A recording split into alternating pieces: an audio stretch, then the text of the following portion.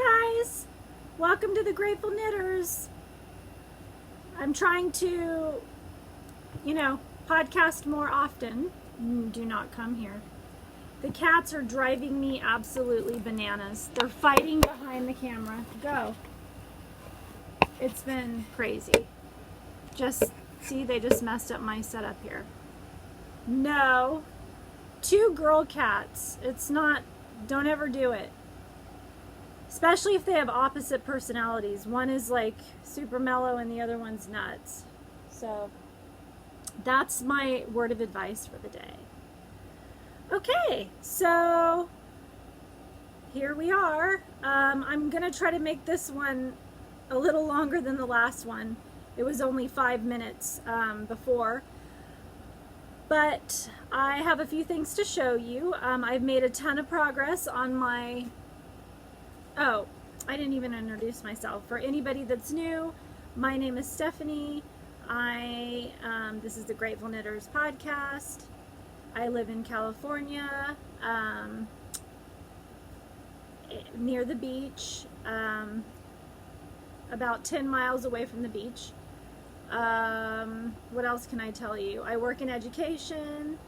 Previously, I had done this podcast with my daughter. We started it together, but she moved away, so now that's why it's called the Grateful Knitters. But I'm just going to keep it that way, and one of these days she will get to changing my logo, because she was the one who originally drew it. So yes, because I would love for her to include, back then we had birds, as you can see on the logo, so it would be cool if she could include both cats and take the birds out. Sorry if you hear noise. She has this, Cosette has this crinkle mat that she loves. I sprayed catnip spray all over it. And I have 2 cats who, like I told you, are nuts, Cosette and Louise. And I have 2 kids that don't live with me. I'm an empty nester. Yep. So that is my story. And I've been knitting about probably 7, 8 years, something like that. Maybe not that long, actually. Well, my grandmother taught me when I was little, about 8. But then I got the basic knit and purl part, but then I think I didn't have an interest in it back then. And then for some reason, I got turned back onto it. I don't know what it was, what I saw, but probably something that was like, I want to make that. And I guess I wanted to make it bad enough that I went for it. So I think that's what happened. Looks like I pulled something out here. Oops. Sometimes it's hard when you're working with mohair because it's hard to see what's going on if you make, if you pull something or make a mistake or drop a stitch so thin. Okay, so as I talked about before on the last episode, I was making the Sorbet cardigan, and it's a double, so it's a mohair cardigan, as you can see. 5 stripes of color. You can do 4 or 5. I'm going to opt for the 5 because I just hope it fits me because it looks pretty small, but I did I think the medium size. Yeah, and so yeah, here are my colors. So it's interesting. So the first 2 colors are it's all pure mohair. Down here it gets a little thicker. I don't know, I decided to just see what would happen if I took a regular skein of fingering weight and held it with mohair, if it would bulk it up too bad, and I don't think you can really tell. It still has the fuzziness, the what do they call that? I don't even know. It's fuzzy. And then I did it's actually teal. I'll show you, but I held it with a gray mohair, a light gray, so it kind of toned it, made it look more forest green. I don't know if you could really see, but there is a difference now, you know, it's more toned down. So, yeah. And then I'm going to do the button. So I'm going to do the next color is going to be, so this is like a lion, just a cheapy lion brand. I think it's probably acrylic and mohair. It does have mohair in it. Held with this beautiful Dragon Horde mohair. So, yep, that's the next color. And I just started that one. You can't really see. Yeah. And then, yeah, like I said, this is all mohair, the button, the neckband, and then I'll do the button band like that. And then I do the sleeves, and then I think it's a balloon sleeve. And then, you know, you do black. So the buttons, it requires 10 buttons. And I don't want to get crazy because it already has stripes. So I'm going to just do black buttons. I have so many buttons. I could do something like this maybe. I don't know if you can really see it. The camera's at a weird angle. I don't know. I'm recording on the iPad again. I'm conflicted because I actually like the way the view looks better on my phone, but it takes so long to upload everything on YouTube. So the iPad is literally like less than an hour, sometimes even shorter. And the phone is usually like, oh my gosh, I have to do it overnight. So this is kind of cool. I might do those if I can pick through here and find 10 of them. It's weird. I have all random sizes. Like I have this one that's basically the same, a little shinier, but it's bigger. Yeah, so I have many options. Yeah, but I definitely want to stick with black. I think if you were to do, I noticed on Ravelry, some people that have knit this did different every color button, and I think it's already really colorful as it is. So much to, you know, look at. So anyway, I'm really happy with it. I think it's coming out very nice. Let me see if I can remember who did all the mohair. So this is Rowan, just a Rowan Kid Silk Haze. This is Hugh Loco, and this was a special limited edition for a hat that I think she designed or collaborated with somebody on. I think it's called like Mountain Mama or something like that. This is my friend Aubrey's yarn from Knits and Knots Tahoe, and I'm thinking that this is a thicker weight. I could have gotten away with doing one strand of this, to be honest, because it's really bulky, but it'll be warm. I mean, I can wear it if I go maybe to Maine again or something. Okay, this one, I have no idea. I know the mohair is that one I described in the last episode where it's a little more wiry, rustic. It's more wool, and I think it has nylon in it rather than silk, which you would think would make it more silky, but I think because it has actual wool and mohair, it's not, that's what makes it rustic. But the cream color yarn, I don't know. I don't have the ball band for that one, but I believe it was a company in Australia, but I don't remember the name of it. But I love how it has flecks of green. Can you see that? A little bit, yeah, because it lends itself to the next color. I had taken a poll on Instagram what color I should do next. It was between the teal and this beautiful orange, which is by Knit Style Yarns. Sharon, I love her podcast. Her and her husband are hysterical, but this is called Slutty Pumpkin. It has actually a shimmer to it, glitter base. And I was gonna hold that double with probably gray to tone it down. But most people chose the teal, and I was more in that camp myself.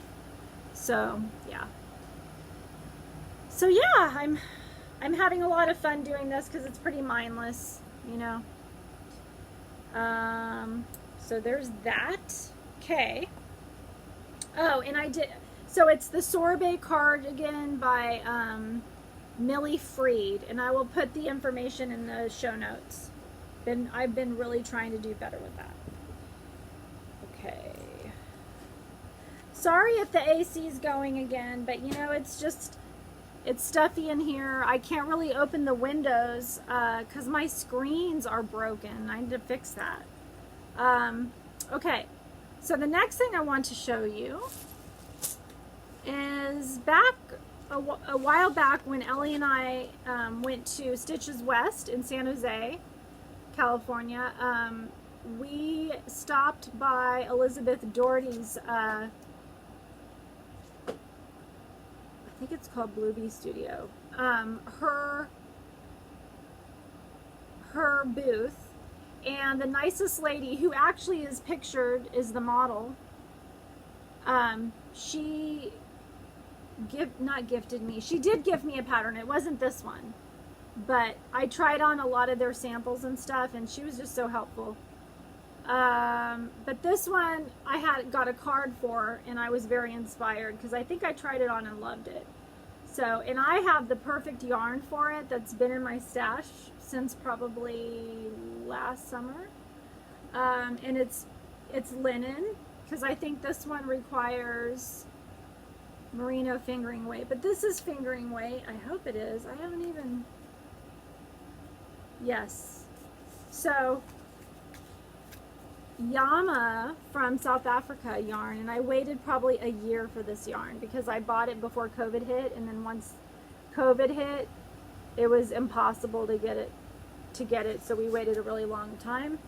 So you see, it is a pullover with a very unique design element. I love how the top looks like a separate piece, and I like how it's drapey. I don't want it to be too drapey, but yeah, so that's definitely a style that appeals to me. Less, kind of in between fitted and drapey. I don't like super huge things, but I think this would really work well, and I recall trying it on and loving it.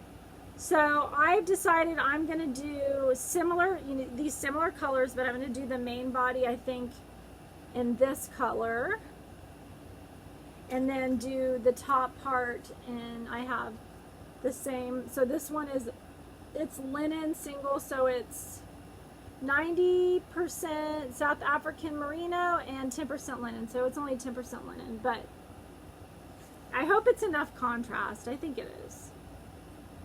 And then for the bottom portion, I was going to do this beautiful skein, which is Tanis Fiber Arts in the color Ravine. Oh, and I didn't tell you the color names of these.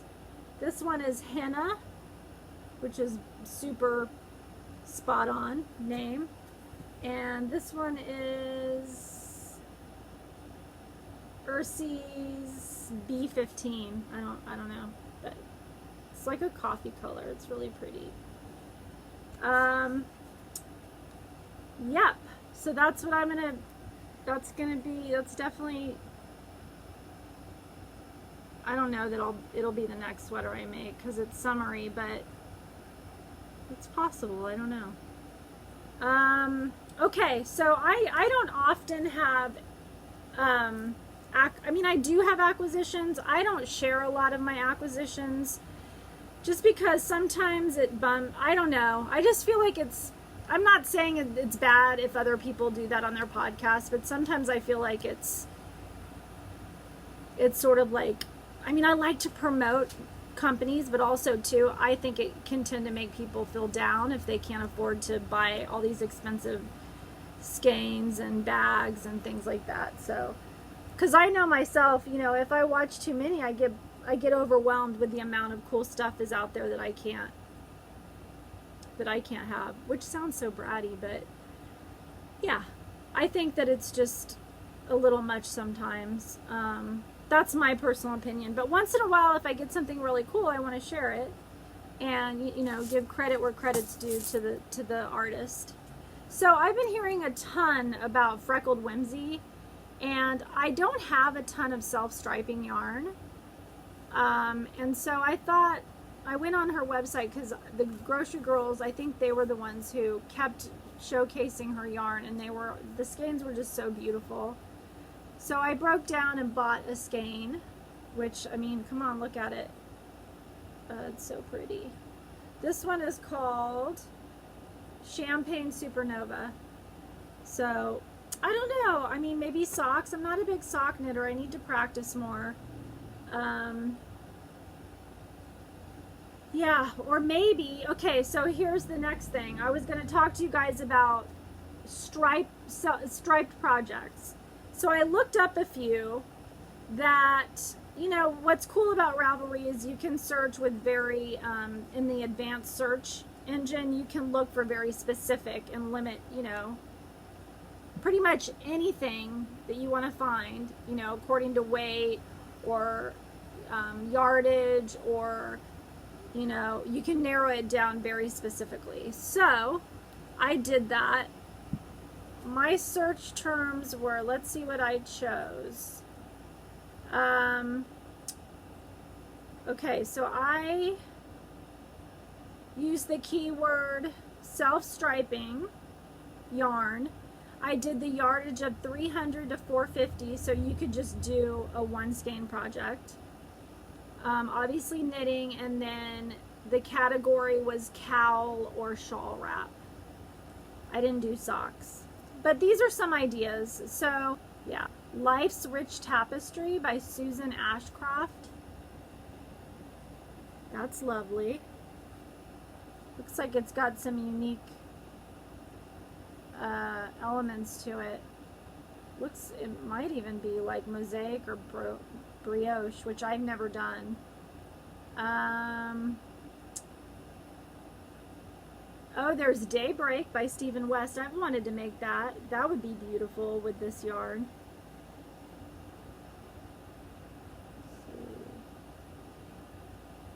Nymphalida. This is hard to say. Nymphalidea by Melinda Vermeer. That's really pretty. Looks like wings. What else? Hydrogen Shawl by Catherine Gamroth. That's lovely. What else do we have here? So yeah, that's about it that I found, but those are some good ones. I think the next sweater I'm gonna make, see if I can bring it up, is Jessie May sweater. Here it is, and it's like a plaid. Look at it, isn't it gorgeous? That's definitely gonna be my next. It's kind of,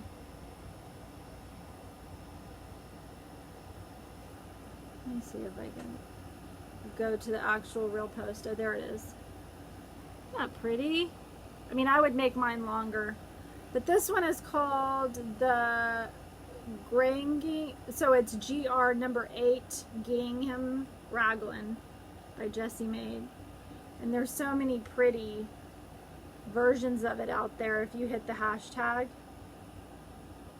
so many pretty ones. Like,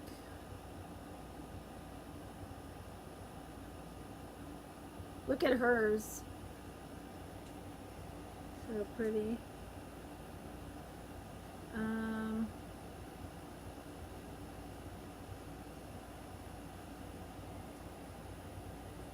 Lovely. I don't know what yarn I would do, but I do have, I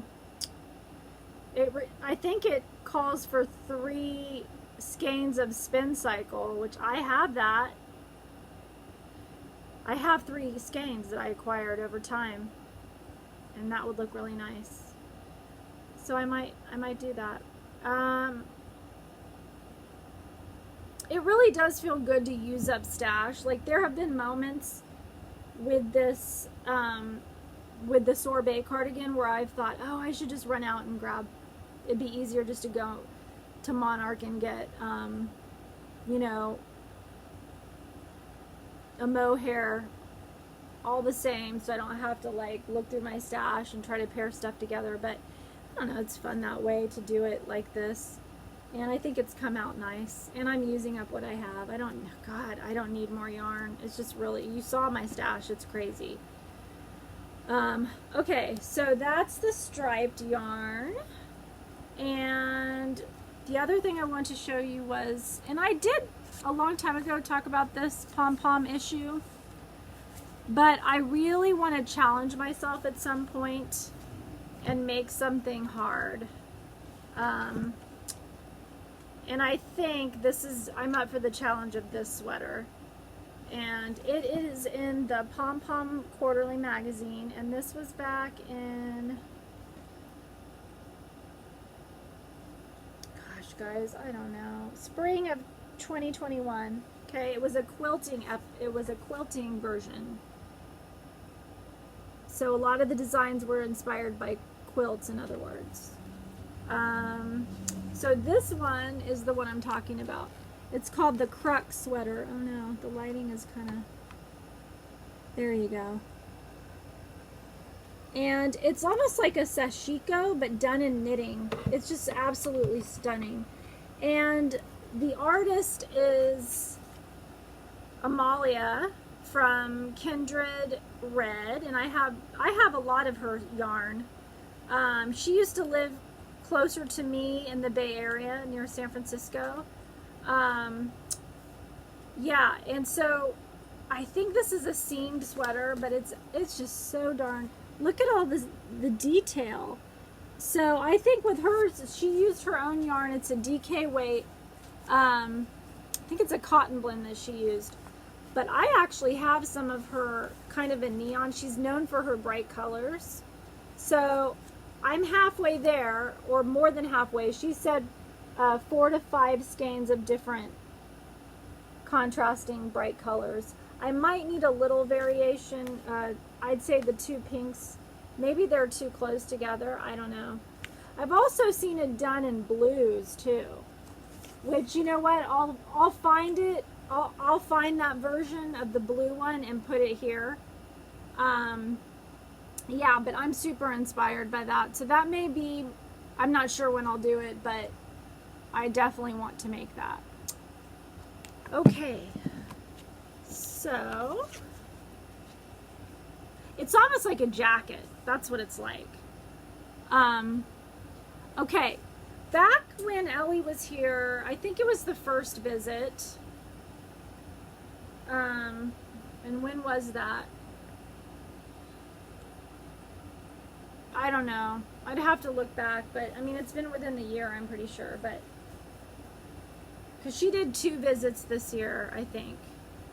So we went to this really cool new sewing fabric shop in Pacific Grove, and I was like intrigued with this fabric, and so I decided to purchase it and just like a half a yard of it to make a pillowcase to put on the couch. But I love all the colors. It's kind of my colors. Like, I love the pink and the black and like the dusty gray blue.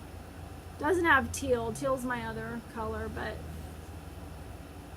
black. Yeah, it's beautiful. So what I'm gonna do, I'm gonna actually embroider over some random, like the bird probably, maybe the trees. I'll like do the girl.